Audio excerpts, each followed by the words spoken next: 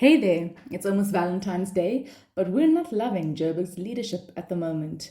The people in charge seem clueless, offering promises that mean very little when taps are running dry. While all of this is happening, Helen Zille is dipping her feet in the mess in a bid to become Joburg mayor. We break down the latest for you. Tonight, President Cyril Ramaphosa will deliver the State of the Nation address at 7 p.m., and we're keeping a close eye on what he has to say, given all the chaos. You can read our SONA explainer on our site as a pre-game to the main event. Look out for our breakdown of his speech later tonight, also on explain.coza. In happier news, the Proteas are showing up and showing off at the T20 World Cup, and our national carrier is finally looking like it might survive long enough for us to earn those Voyager miles. There's also plenty of drama at and around the Madlanga Commission, including an unexpected Ozempic order that has everyone raising an eyebrow.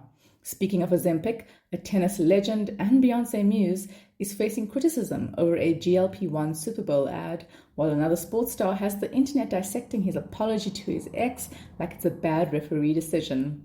So let's dive into these stories and more in this week's wrap, brought to you by myself, Varashni Pillay, and the Explain.coza team. In your national stories, a Joburg school tennis match has sparked an anti-Semitism row. Earlier this week, a leaked voice note by King David High Deputy Head alleged that Rhodians refused to play against Jewish pupils from King David High, calling the decision anti-Semitic. Rhodian says that was not the reason. It had informed King David in writing days earlier that it could not play due to prior commitments. Both schools, alongside ISASA and South African Jewish Board of Deputies, are now in talks. The Proteas are off to a flying start at the ICC T20 World Cup. It's cricket's fast food format, 20 overs aside, wrapped up in an evening. We're still chasing our first T20 World Cup title after reaching our first final in 2024, only to lose to India by 7 runs. This year feels different. South Africa beat Canada by 57 runs in Ahmedabad, then edged Afghanistan in a dramatic sudden death finish, just the third men's T20 decided by multiple super overs. Knockouts begin on 4th March with the final on 8th March. After a decade of losses, SAA is back in the black. This week, the national carrier posted a 30 million rand profit for the 2025 financial year, marking its second annual profit since exiting business rescue in 2021. For an airline that swallowed nearly 50 billion rand in taxpayer bailouts previously, that's quite the plot twist. Revenue jumped almost 36%, the fleet is expanding, and management says governance reforms are taking hold. It's still early days, but for once, the trajectory looks up. Some of Mzansi's historic towns are getting new names, and not everyone's thrilled. The changes were formally gazetted on Friday after Sports, Arts and Culture Minister Gayton McKenzie approved 21 place name changes last month. This includes Graafrenet to Robert Sobukwe Town and East London to Kuchompo City. The department says it's about transformation and recognizing diverse heritage. But a 2024 study found over 83% of Graafrenet residents find change unnecessary. The public now has a month to object. After nearly 3 decades in the DRC, South Africa is packing up. On Sunday, Pretoria formally notified the UN that it will withdraw more than 700 SANDF troops from the MONUSCO peacekeeping mission, set to be finalized before the end of 2026. The presidency says it's about realigning resources after 27 years on the ground, but defense experts say the real driver is cash. South Africa will still back peace efforts regionally, but boots on the ground involvement is winding down. A quiet end to a long, costly chapter. In your international news, violence erupted in Sydney on Monday during protests over Israeli President Isaac Herzog's visit. The Australian government invited Herzog after the deadly Bondi attack in December, saying his visit would help the Jewish community heal. Police charged crowds and used pepper spray, arresting 27 people, with 9 later charged while 10 officers were injured. Authorities say they showed remarkable restraint. Hundreds of protesters gathered the following day outside a police station protesting the force. The standoff follows new protest rules that allows rallies but bans marches. UK Prime Minister Keir Starmer has survived for now. After appointing Peter Mendelsohn as UK's ambassador to the US, despite his past links to Jeffrey Epstein, his party erupted. Scottish Labour leader Anna Sawar publicly urged him to quit, while senior advisors resigned and backbench MPs circled. But heavyweights quickly closed ranks after Starmer apologized in an apparently rousing internal speech. Where's the charisma the rest of the time? But with Scottish elections looming and party nerves fraying, can he survive the year? Hong Kong's media landscape just told its own story after pro-democracy media tycoon Jimmy Lai was sentenced on Monday to 20 years under the national security law.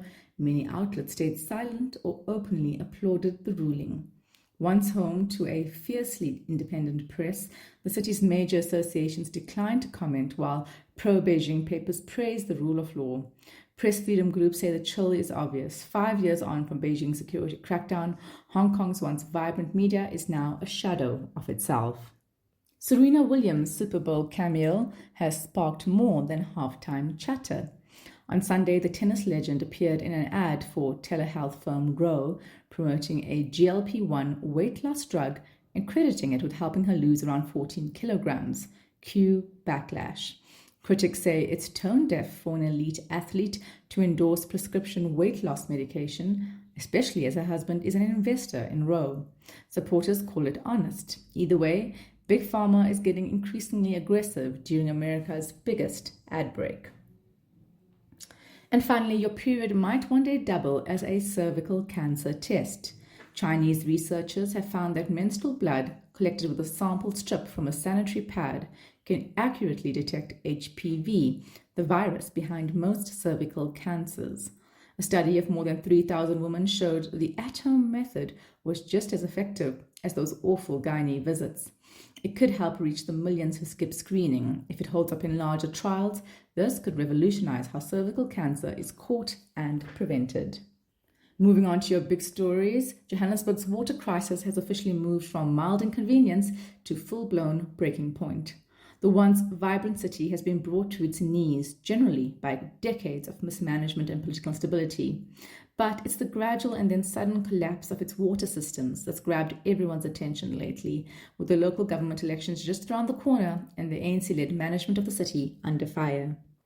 The worst hit areas are Midrand in the north and the older western suburbs like Melville, Auckland Park and high-lying Brixton, where gravity is not your friend when water pressure drops. In Selby, some residents have had intermittent or no water for nearly 5 months. On Wednesday, Melville residents took to the streets, toying their frustration after almost 3 weeks without water. Midrand residents protested earlier this month. Across Gauteng, people are beyond gutful. So what is causing this? It's not just one thing. There's aging infrastructure and years of underinvestment. There's high demand, which has led bulk supplier Rand Water to throttle supply to the city of Joburg. There have been power failures at pump stations and recently an unprotected strike by workers affiliated with the South African Municipal Workers Union, reportedly adding further strain before it was called off.